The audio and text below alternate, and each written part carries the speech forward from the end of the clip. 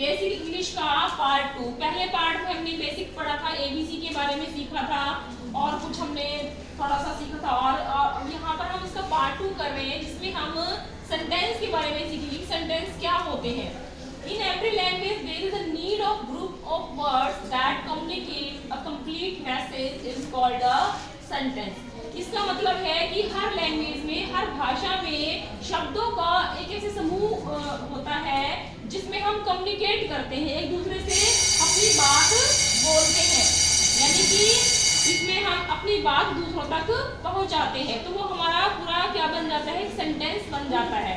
या फिर कहते हैं, हिंदी में भी लिखा हुआ मैंने कि वाक्य क्या होते हैं जिससे सुनने वाले को पूर्ण संदेश पता चल जाए, यानी कि जो बात हम कह रहे हैं वो दूसरों तक पहुंच जाए, उनको समझ में आ जाए, वो उसको क्या बोलते हैं, सेंटेंस बोलते हैं।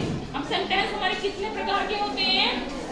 सेंटेंस जो है, सेंटेंस के बारे में पढ़ेंगे। सेंटेंस के टाइप कितने होते हैं। पहला हमारा है असर्टिव या डिक्लेरेटिव, जिसको हम हिंदी में बोलते हैं स्वीकारात्मक या कथात्मक। सेंटेंस हमारे कितने टाइप के होते हैं। पहला हमारा असर्टिव या डिक्लेरेटिव बोलते हैं इसको। ऐसे सेंटेंस में क्या होता है, कोई भी आइडिया हो सकता है, इसमें फैक्ट हो सकता है, कोई ओपिनियन हो सकती है, कोई राय हो सकती है, ठीक है। तो उसको कैसे लिखेंगे, सच सेंटेंसेस, कि ऐसे वाक्यों में इसमें क्या होता है, such sentences state a fact,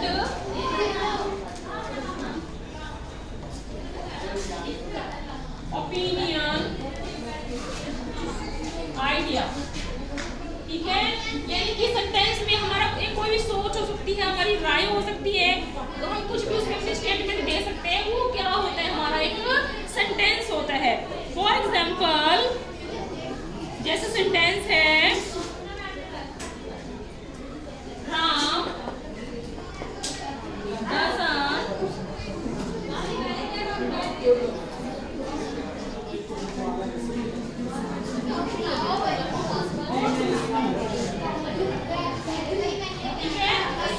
school नहीं जाता है, तो ये हमारा क्या है, सेंटेंस है। कौन सा, असर्टिव, जिसको हम असर्टिव कहते हैं कि हम इस चीज को मानते हैं कि राम स्कूल नहीं जाता है। She is my son, वो मेरा बेटा है, ठीक है। हम चीज को बता रहे हैं, तो जिसमें हम कोई फैक्ट है, फैक्ट है चीज में, कोई ओपिनियन, हम ये कोई आइडिया दे रहे हैं, तो वो हमारा किसमें आएगा, असर्टिव या डिक्लेरेटिव में। जिसमें हम डिक्लेयर करते हैं उस चीज को, वो क्या होगा, हमारा सेंटेंस होगा। इसके मैंने 2 एग्जाम्पल तुम्हें बताए हैं। अब अगला इसमें कौन सा होगा, वही कौन सा सेंटेंस है, interrogative sentence.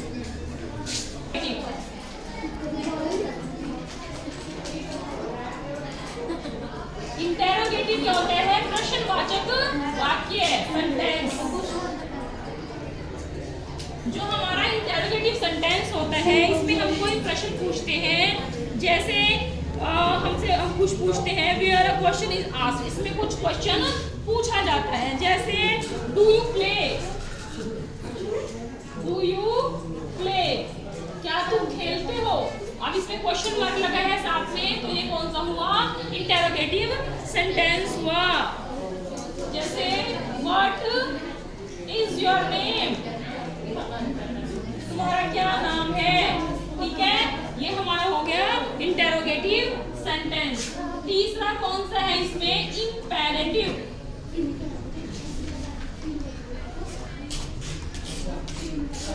Imperative sentence, imperative sentence कौन से होते हैं, हम इनको बोलते हैं आज्ञा सूचक वाक्य, जिसमें हम कोई आज्ञा देते हैं।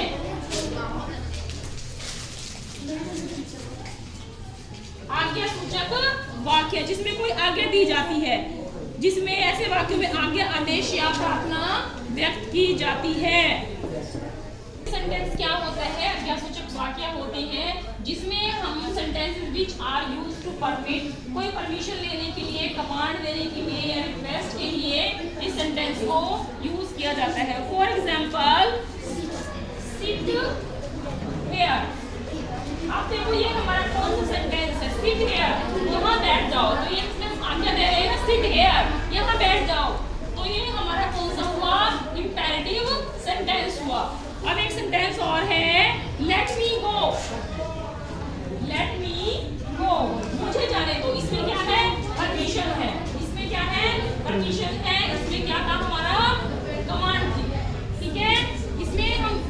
बोल रहे हैं परमिशन चाहिए, मुझे नहीं जाने दो। तो ये हमारे कौन से हुए इंपेरेटिव सेंटेंस। तो मैंने तुम्हें दो सेंटेंस बताए हैं, असर्टिव या डिक्लेरेटिव, जिसमें हम कोई फैक्ट कोई बात स्वीकार करते हैं, कोई ओपिनियन होती है उसमें, या फिर कोई आइडिया होता है। तो दूसरा हमारा इंपेरेटिव है जो मैंने तुम्हें अभी बताया है। तीसरा सेंटेंस कौन सा हुआ इसमें? सेंटेंस है हमारा एक्सक्लेमेटरी सेंटेंस।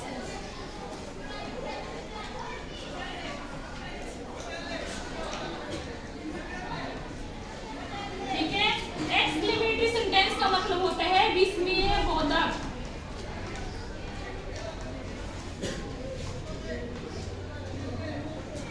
वाक्य। विस्मय का मतलब होता है हैरानी। कोई काम जब हम करते हैं तो जिसमें हमें कोई एकदम से सडनली फीलिंग आती है, कोई भाव आते हैं, दुख आता है, खुशी होती है या डर लगता है, वो हमारे किसमें आते हैं? एक्सक्लेमेटरी सेंटेंसेस में आते हैं, जिसको हम बोलते हैं विस्मयादिबोधक वाक्य। जैसे वाव, जिसके पीछे हम हमेशा क्या लगाते हैं? एक्सक्लेमेटरी बिंदु लगाते हैं। ठीक है, वाव मतलब वाव, एकदम से कोई चीज हमें अच्छी लगती है, वाव बोलते हैं ना उसको।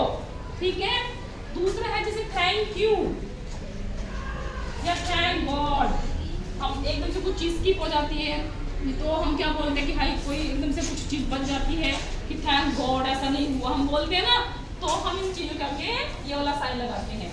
ये किस में आएंगे? हमारे एक्सक्लेमेटरी सेंटेंसेस में। जब हमें सडन एकदम से कोई फीलिंग आती है, जैसे तुम पास हो गए, तुम बोलते ना वाओ अच्छा हुआ, थैंक गॉड कि मैं एक नंबर से बच गई, बोलते हैं ना हम। तो एकदम से जो भाव आते हैं वो किस में आएंगे? हमारे उनको बोलते हैं हम एक्सक्लेमेटरी सेंटेंसेस। उसके बाद इसमें 3 parts of sentence.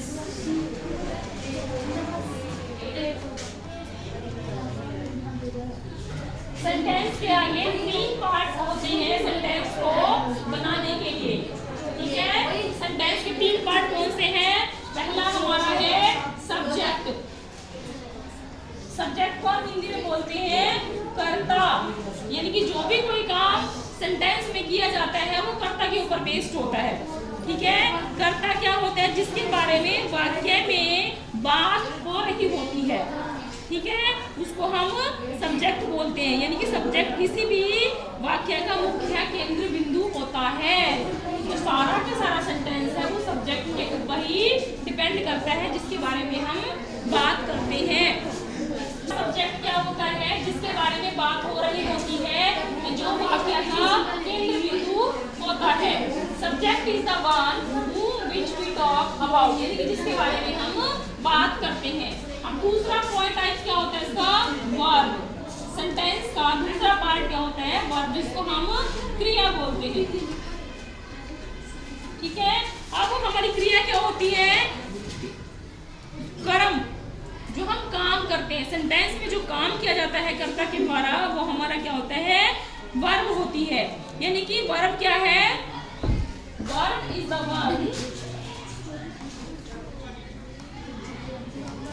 verb is the one which describe the action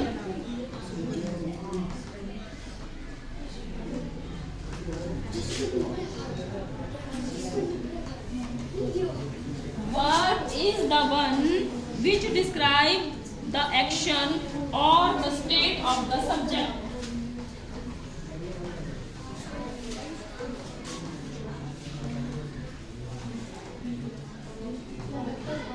यानी कि वर्ब क्या होती है? जो सब्जेक्ट के बारे में हमें बताती है कि सब्जेक्ट क्या कर रहा है। ठीक है, वो हमारी क्या होती है? इसमें वर्ब होती है। तो इसके हम एग्जांपल लिखते हैं, जैसे Ram is sleeping. Ram is sleeping. Ram is 8 months old। Ram is 8 months old। Sita was 8 months old। अब देखो मैंने ये 2 एग्जांपल लिखे हैं। राम इसमें हमारा क्या है? सब्जेक्ट है। दोनों सेंटेंस में हमारा क्या है? और राम के बारे में बात हो रही है कि वो क्या कर रहा है? सो रहा है। अब स्लीप हमारी क्या है? इसमें वर्ब है। ठीक है, तो जो वर्ब है वो किसके बारे में बता रही है? हमें राम के बारे में बता रही है, कर्ता के बारे में बता रही है। राम इज स्लीपिंग, कि राम जो है सो रहा है। ठीक है। दूसरा है Ram is 8 months old, Ram जो है 8 महीने का है। इस सेंटेंस में सब्जेक्ट के कार्य की नहीं बल्कि वर्तमान अवस्था की जानकारी मिलती है। ठीक है। इसमें हमें राम के बारे में पता चल रहा है कि वो अब क्या है, किस कंडीशन में है। वो 8 महीने का है। राम की प्रेजेंट जो पोजीशन है, जो मतलब उसकी अवस्था है, उसके बारे में बताया गया है कि राम 8 महीने का है। तो ये हमारा एग्जाम्पल था किसका? वर्ब और सब्जेक्ट का।